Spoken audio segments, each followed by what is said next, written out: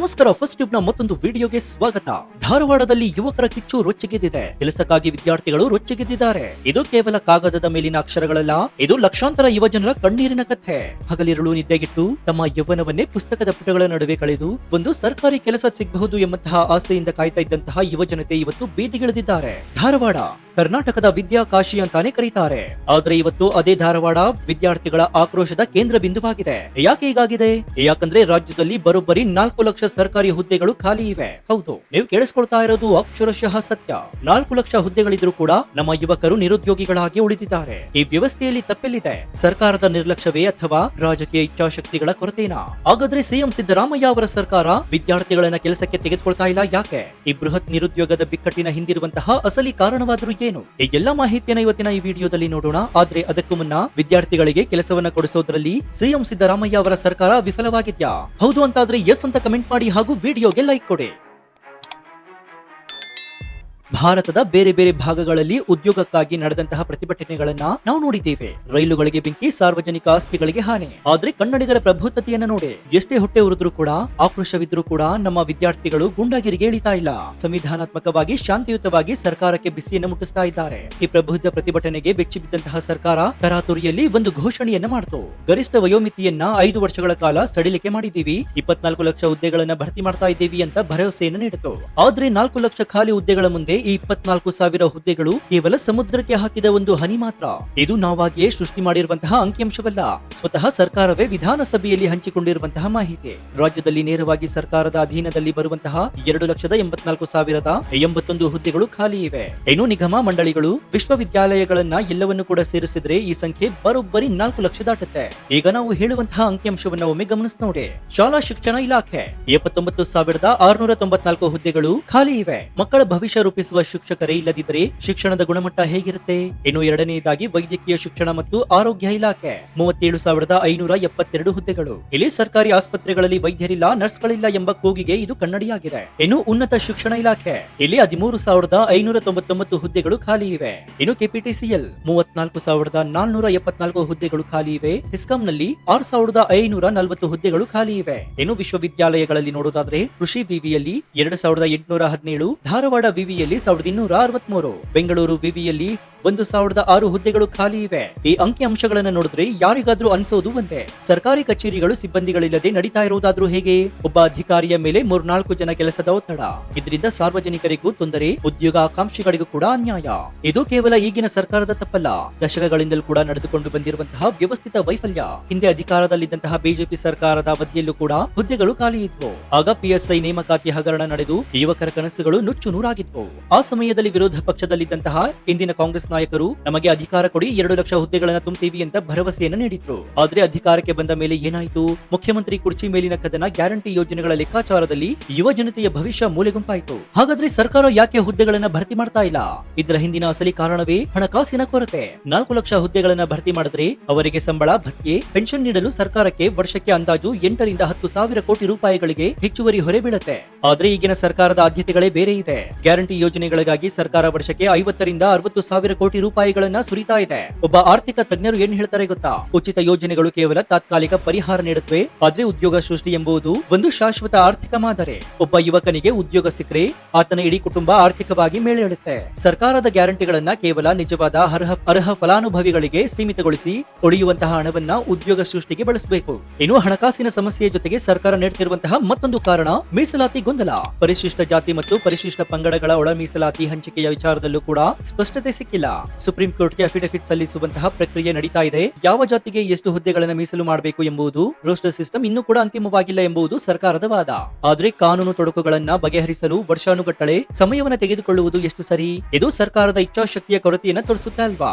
ಇನ್ನು ನಾವು ಕೇವಲ 4 ಲಕ್ಷ ಹುದ್ದೆಗಳು ಖಾಲಿ ಇವೆ ಅಂತ ಹೇಳಿ ಸುಮ್ಮನಾಗಿ ಬಿಡ್ತೀವಿ. ಆದ್ರೆ ಆ ಸಂಖ್ಯೆಯ ಹಿಂದಿರುವಂತಹ ಭೀಕರ ವಾಸ್ತವ್ಯವನ್ನ ನಾವು ಅರ್ಥ ಮಾಡ್ಕೊಳ್ಬೇಕಾಗಿದೆ. ಮೊದಲು ಶಾಲಾ ಶಿಕ್ಷಣ ಇಲಾಖೆಯನ್ನು ತೆಗೆದುಕೊಳ್ಳಿ. ಬರೋಬ್ಬರಿ 79,694 694 ಹುದ್ದೆಗಳು ಖಾಲಿ ಇವೆ. ಇದರ ಅರ್ಥವೇನ್ ಗೊತ್ತಾ? ನಮ್ಮ ಹಳ್ಳಿಗಳಲ್ಲಿರುವಂತಹ ಸರ್ಕಾರಿ ಶಾಲೆಯಲ್ಲಿ ಪಾಠ ಕಲಿಸಲು ಮೇಷ್ಟ್ರುಗಳೇ ಇಲ್ಲ.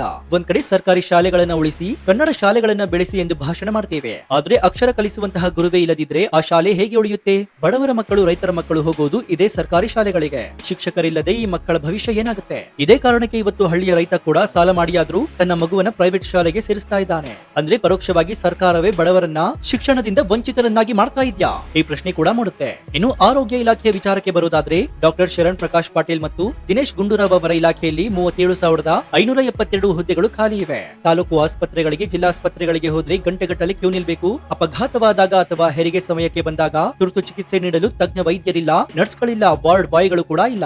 ಖಾಸಗಿ ಆಸ್ಪತ್ರೆಗಳಿಗೆ ಹೋಗಲು ಲಕ್ಷಾಂತರ ರೂಪಾಯಿ ದುಡ್ಡಿಲ್ಲ. ಇಂತಹ ಪರಿಸ್ಥಿತಿಯಲ್ಲಿ ಬಡವರ ಜೀವಕ್ಕೆ ಬೆಲೆಯಲ್ಲಿದೆ. ಹುದ್ದೆಗಳನ್ನು ಭರ್ತಿ ಮಾಡುವುದು ಕೇವಲ ನಿರುದ್ಯೋಗದ ಸಮಸ್ಯೆಯಲ್ಲ, ಇದು ನೇರವಾಗಿ ರಾಜ್ಯದ ಜನರ ಆರೋಗ್ಯ ಮತ್ತು ಶಿಕ್ಷಣ ಗುಣಮಟ್ಟದ ಮೇಲೆ ಸರ್ಕಾರ ಮಾಡ್ತಾ ಇರುವಂತಹ ಸರ್ಜಿಕಲ್ ಸ್ಟ್ರೈಕ್. ಈಗ ಸ್ವಲ್ಪ ಯೋಚನೆ ಮಾಡಿ ನೋಡಿ. ಧಾರವಾಡದಲ್ಲಿ, ಬೆಂಗಳೂರಿನ ವಿಜಯನಗರದಲ್ಲಿ, ಧಾರವಾಡದ ಸಪ್ತಾಪುರದಲ್ಲಿ ಸಣ್ಣ ಸಣ್ಣ ಪಿಜಿಗಳಲ್ಲಿ, ರೂಮ್ಗಳಲ್ಲಿ ಕುಳಿತು ಓದ್ತಾ ಇರುವಂತಹ ಆ ಯುವಕರ ಮನಸ್ಥಿತಿ ಹೇಗಿರಬಹುದು? 21ನೇ ವಯಸ್ಸಿಗೆ ಡಿಗ್ರಿ ಮುಗಿಸಿ ಕಾಂಪಿಟೇಟಿವ್ ಎಕ್ಸಾಮ್ಗೆ ಅಂತ ಕಾಲಿಡ್ತಾ ಇದ್ದಾರೆ. 25 ವರ್ಷ ಆದ್ರೂ ಕೂಡ ನೋಟಿಫಿಕೇಶನ್ ಬಂದಿಲ್ಲ. 28 ವರ್ಷಕ್ಕೆ ಹೇಗೋ ಎಕ್ಸಾಮ್ ಬರೀತಾರೆ, ರಿಸಲ್ಟ್ ಬರಲ್ಲ. 30 ವರ್ಷ ದಾಟಿದ್ರೂ ಕೂಡ ಕೈಯಲ್ಲಿ ಕೆಲಸವಿಲ್ಲ. ಇತ್ತ ಹಳ್ಳಿಗಳಲ್ಲಿ ಅಪ್ಪ ಅಮ್ಮನಿಗೆ ವಯಸ್ಸಾಗ್ತಾ ಇದೆ, ಅವರು ಇವರನ್ನೇ ನಂಬ್ಕೊಂಡಿದ್ದಾರೆ. ಸಮಾಜ ಹೇಳಿತೆ ಏನ್ ಮಾಡ್ತಾ ಇದ್ದಾನೆ ನಿಮ್ಮ ಹುಡುಗ, ಇನ್ನು ಓದ್ತಾನೆ ಇದ್ದಾನ ಅಂತ ಚುಚ್ಚು ಮಾತುಗಳನ್ನಾಡ್ತಾ ಇದ್ದಾರೆ. ಹೆಣ್ಣು ಮಕ್ಕಳ ಪರಿಸ್ಥಿತಿಯಂತೂ ಇನ್ನು ಕೂಡ ಶೋಷಣೀಯ. 23-24 ವರ್ಷಕ್ಕೆಲ್ಲ ಮದುವೆ ಮಾಡಿಕೊಳ್ಳುವ ಒತ್ತಡ ಶುರುವಾಗಿದೆ. ತಮ್ಮ ಕನಸುಗಳನ್ನ ಕೊಂದುಕೊಂಡು ಪೋಷಕರ ಒತ್ತಾಯಕ್ಕೆ ಮಣಿದು ಮದುವೆಯಾಗುವ ಸಾವಿರಾರು ಪ್ರತಿಭಾವಂತ ಹೆಣ್ಣು ಮಕ್ಕಳಿದ್ದಾರೆ. ಒಂದ್ ಕಡೆ ವಯಸ್ಸಿನ ಮಿತಿ ಮೀರಿದೆ, ಮತ್ತೊಂದ್ ಕಡೆ ಖಾಸಗಿ ಕಂಪನಿಗಳೇ ಹೋಗೋಣ ಅಂದ್ರೆ ಅಲ್ಲಿ ಪ್ರೆಷರ್ ಅಂತ ಪರಿಗಣಿಸಿ ಕೆಲಸ ಕೊಡ್ತಾ ಇಲ್ಲ. ಓದಿದ್ದಕ್ಕೂ ಇಂಡಸ್ಟ್ರಿಗೂ ಗ್ಯಾಪ್ ಆಗ್ತಾ ಇದೆ. ಈ ಯುವಕರು ಎಲ್ಲಿಗೆ ಹೋಗ್ಬೇಕು? ಇದೇ ಖಿನ್ನತೆ, ಡಿಪ್ರೆಷನ್ಗೆ ಒಳಗಾಗಿ ಎಷ್ಟೋ ಯುವಕರು ಆತ್ಮಹತ್ಯೆಯನ್ನ ಮಾಡಿಕೊಳ್ಳುವಂತಹ ಕಠೋರ ನಿರ್ಧಾರಕ್ಕೆ ತೆಗೆದುಕೊಳ್ತಾ ಇದ್ದಾರೆ. ಸರ್ಕಾರ ಕೇವಲ ವಯೋಮಿತಿಯನ್ನ 5 ವರ್ಷ ಹೆಚ್ಚಿಸುತ್ತೀವಿ ಅಂತ ಹೇಳಿದ್ರೆ ಅವರು ಕಳೆದು ಹೋದಂತಹ ಯುವನ ಅನುಭವಿಸಿದ ಮಾನಸಿಕ ಹಿಂಸೆ ವಾಪಸ್ ಬರುತ್ತಾ? ಇನ್ನು ಖಾಲಿ ಹುದ್ದೆಗಳನ್ನ ಭರ್ತಿ ಮಾಡುವುದು ಒಂದು ಸಮಸ್ಯೆಯಾದ್ರೆ ಭರ್ತಿ ಮಾಡಲು ಹೊರಟಾಗ ಆಗುವಂತಹ ಅವಾಂತರಗಳು ಒಂದೆರಡಲ್ಲ.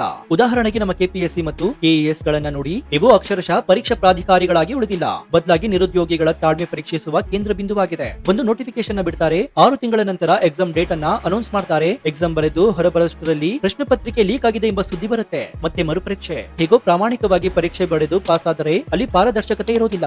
ಯಾರೋ ಲಂಚ ಕೊಟ್ಟವನು ಸೆಲೆಕ್ಟ್ ಆಗಿಬಿಡ್ತಾನೆ. 545 PSI ಹಗರಣ ನಿಮ್ಗೆಲ್ಲರಿಗೂ ಗೊತ್ತೇ ಇದೆ. ಬ್ಲೂಟೂತ್ ಹಾಕೊಂಡು ಎಕ್ಸಾಮ್ ಬರೆಯುವವರ ಜಾಲವೊಂದು ಸಕ್ರಿಯವಾಗಿದೆ. ಹೇಗೋ ಇವೆಲ್ಲವನ್ನ ದಾಟಿ ಫೈನಲ್ ಲಿಸ್ಟ್ ನಲ್ಲಿ ಹೆಸರು ಬಂದ್ರೆ ಅದಕ್ಕೊಂದು ಕೋರ್ಟ್ ಸ್ಟೇ ಬೀಳುತ್ತೆ. ಒಂದು ಹುದ್ದಿಮೆ ಪ್ರಕ್ರಿಯೆ ಶುರುವಾಗಿ ಆ ಅಭ್ಯರ್ಥಿ ಕೆಲಸಕ್ಕೆ ಸೇರಲು ಕನಿಷ್ಠ 3 ರಿಂದ 4 ವರ್ಷಗಳೇ ಬೇಕು. ಇದು ಡಿಜಿಟಲ್ ಇಂಡಿಯಾ ಅಲ್ವಾ? ರಾಕೆಟ್ ವೇಗದಲ್ಲಿ ಜಗತ್ತು ಮುನ್ನುಗ್ತಾ ಇರಬೇಕಾದ್ರೆ ಒಂದು ಪರೀಕ್ಷೆಯನ್ನ ಅಚ್ಚುಕಟ್ಟಾಗಿ ಪಾರದರ್ಶಕವಾಗಿ 6 ತಿಂಗಳಲ್ಲಿ ಮುಗಿಸಲು ನಮ್ಮ ವ್ಯವಸ್ಥೆಗೆ ಯಾಕೆ ಸಾಧ್ಯವಾಗ್ತಾ ಇಲ್ಲ? ಇಲ್ಲಿ IAS ಅಧಿಕಾರಿಗಳ ವೈಫಲ್ಯವಿದೆಯೋ ಅಥವಾ ರಾಜಕಾರಣಿಗಳ ಹಸ್ತಕ್ಷೇಪವಿದೆಯೋ? ಇನ್ನು ಸರ್ಕಾರದ ಬಳಿ ದುಡ್ಡಿಲ್ಲ ಎಂಬ ವಾದವನ್ನ ಒಮ್ಮೆ ಆರ್ಥಿಕ ದೃಷ್ಟಿಕೋನದಿಂದ ನೋಡೋದಾದ್ರೆ 4 ಲಕ್ಷ ಹುದ್ದೆಗಳನ್ನ ಭರ್ತಿ ಮಾಡಿದ್ರೆ ಸರ್ಕಾರಕ್ಕೆ ವಾರ್ಷಿಕ 10,000 ಕೋಟಿ ರೂಪಾಯಿಗಳ ಹೊರೆ ಬೀಳಬಹುದು. ಆದ್ರೆ ಸರ್ಕಾರ ಗ್ಯಾರಂಟಿ ಯೋಜನೆಗಳಿಗೆ ಖರ್ಚು ಮಾಡ್ತಾ ಇರೋದು ಎಷ್ಟು ಗೊತ್ತಾ? ವರ್ಷಕ್ಕೆ 50 ರಿಂದ 60 ಸಾವಿರ ಕೋಟಿ ರೂಪಾಯಿಗಳು. ನಾವಿಲ್ಲಿ ಯಾವುದೋ ಯೋಜನೆಗಳನ್ನ ವಿರೋಧಿಸ್ತಾ ಇಲ್ಲ. ಬಡವರಿಗೆ, ನಿರ್ಗತಿಕರಿಗೆ ಸರ್ಕಾರದ ನೆರವು ಬೇಕು. ಆದ್ರೆ ಅಭಿವೃದ್ಧಿಯನ್ನ, ಯುವಜನರ ಭವಿಷ್ಯವನ್ನ ಬಲಿಕೊಟ್ಟು ಕೊಡುವ ಉಚಿತ ಯೋಜನೆಗಳಿಂದ ರಾಜ್ಯ ಉದ್ಧಾರವಾಗುತ್ತಾ?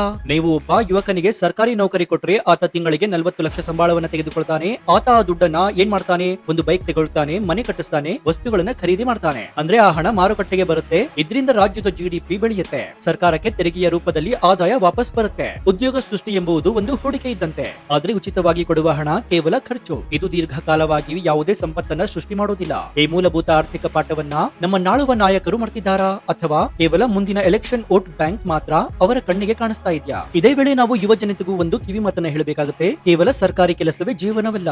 ಜಗತ್ತು ಬದಲಾಗ್ತಾ ಇದೆ. ಆರ್ಟಿಫಿಷಿಯಲ್ ಇಂಟೆಲಿಜೆನ್ಸ್, ಡೇಟಾ ಸೈನ್ಸ್ ನಂತಹ ತಂತ್ರಜ್ಞಾನಗಳು ಜಗತ್ತನ್ನೇ ಆಳ್ತಾ ಇವೆ. ಜರ್ಮನಿ, ಜಪಾನ್ ನಂತಹ ದೇಶಗಳಲ್ಲಿ ಸ್ಕಿಲ್ ಇರುವವರಿಗೆ ಮಣೆ ಹಾಕ್ತಾರೆ ಹೊರತು ಕೇವಲ ಡಿಗ್ರಿ ಸರ್ಟಿಫಿಕೇಟ್ ಹಿಡ್ಕೊಂಡು ಬರುವವರಿಗಲ್ಲ. ನಮ್ಮ ಯುವಕರು ಸರ್ಕಾರಿ ಕೆಲಸದ ಹಿಂದೆಯೇ 5-6 ವರ್ಷ ಓಡಾಡುವ ಬದಲು ಹೊಸ ಸ್ಕಿಲ್ ಅನ್ನ ಕಲಿಬೇಕು. ಖಾಸಗಿ ವಲಯದಲ್ಲಿ, ಕಾರ್ಪೊರೇಟ್ ಕಂಪನಿಗಳಲ್ಲಿ ಅದ್ಭುತವಾದಂತಹ ಅವಕಾಶಗಳಿವೆ. ಸ್ವಂತ ಉದ್ಯೋಗ ಮಾಡುವತ್ತ ಯುವಕರು ಯೋಚನೆ ಮಾಡಬೇಕಾಗುತ್ತೆ. ಸರ್ಕಾರ ಕೂಡ ಕೇವಲ ಸರ್ಕಾರಿ ನೌಕರಿ ಕೊಡುವುದಷ್ಟೇ ಅಲ್ಲದೆ ರಾಜ್ಯದಲ್ಲಿ ಹೊಸ ಕೈಗಾರಿಕೆಗಳನ್ನ, ಕಂಪನಿಗಳನ್ನ ತಂದು ಲಕ್ಷಾಂತರ ಪ್ರೈವೇಟ್ ಜಾಬ್ ಗಳನ್ನ ಸೃಷ್ಟಿಸುವತ್ತ ಗಮನವನ್ನ ಹರಿಸಬೇಕು. ಹಾಗಾದ್ರೆ ಇದಕ್ಕೆ ಪರಿಹಾರವೇನು? ಕೇವಲ ಸರ್ಕಾರಿ ಕೆಲಸವನ್ನೇ ನೆಚ್ಚಿಕೊಂಡು ಯುವಕರು ತಮ್ಮ ಸಂಪೂರ್ಣ ವರ್ಷವನ್ನ ಹಾಳು ಮಾಡ್ಕೊಳ್ಬೇಕಾ? ಖಂಡಿತ ಇಲ್ಲ. ಒಂದೆಡೆ ಸರ್ಕಾರ ತನ್ನ ಜವಾಬ್ದಾರಿಯನ್ನ ಅರಿತು ಖಾಲಿ ಇರುವ ಹುದ್ದೆಗಳನ್ನ ಹಂತ ಹಂತವಾಗಿ ಪಾರದರ್ಶಕವಾಗಿ ಭರ್ತಿ ಮಾಡಬೇಕು. ಮತ್ತೊಂದು ಕಡೆ ಯುವ ಜನತೆ ಕೇವಲ ಸರ್ಕಾರಿ ನೌಕರಿಯ ಬೆನ್ನು ಬೀಳದೆ ಖಾಸಗಿ ವಲಯದಲ್ಲೂ ಕೂಡ ಅವಕಾಶವನ್ನ ಕಲ್ಪಿಸಿಕೊಳ್ಬೇಕಾಗುತ್ತೆ. ಸರ್ಕಾರ ಕೂಡ ಬಂಡವಾಳಶಾಹಿಗಳನ್ನ ಆಕರ್ಷಿಸಿ ರಾಜ್ಯದಲ್ಲಿ ಬೃಹತ್ ಪ್ರಮಾಣದಲ್ಲಿ ಖಾಸಗಿ ಉದ್ಯೋಗಗಳನ್ನ ಸೃಷ್ಟಿ ಮಾಡುವತ್ತ ಗಮನವನ್ನ ಹರಿಸಬೇಕು. ಆರ್ಥಿಕತೆ ಬೆಳೆದಾಗ ಮಾತ್ರ ನಿರುದ್ಯೋಗವೆಂಬಂತಹ ರೋಗಕ್ಕೆ ಮದ್ದು ಸಿಗಲು ಸಾಧ್ಯ.